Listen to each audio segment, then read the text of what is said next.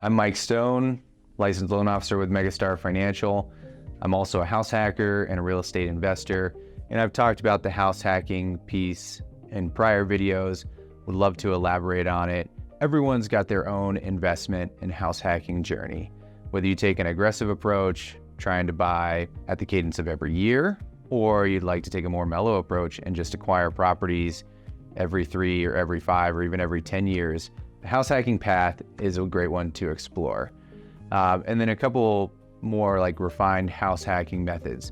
The traditional house hack, as I mentioned, is buying a multifamily property, something 2 to 4 units, living in one of the unit and renting out the others. The rent from those units offsets or completely covers or even positively cash flows, covering that mortgage payment. And the whole idea is to eliminate your monthly payment, your housing expense, which is the biggest expense for Americans. So that's the traditional one, a little bit harder to find in a lot of markets. And so we've had to get more creative with other house hacking strategies. Another common one is the room by room rental. Say you buy a 4 or 5 bedroom property, you live in one bedroom, you have tenants or roommates living in the other ones. That's a great option these days for being able to really positively cash flow in a more expensive market and with higher interest rates. Another common one that we'll see is the up and down non-conforming duplex. So it's a single family home, you've got a main level, and then you've got a finished basement, maybe with a separate entrance.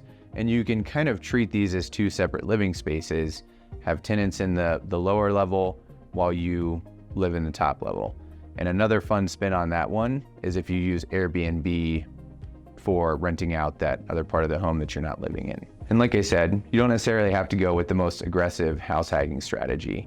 Even just having a friend live with you or a family member live with you to help offset some of that mortgage, as that's been my personal experience, it's a great way to minimize that housing payment, accelerate your savings, and then being able to accumulate wealth and rinse and repeat this into other properties. So if you've ever even thought about house hacking, maybe this is a new term, but maybe you like the idea of it, we should talk.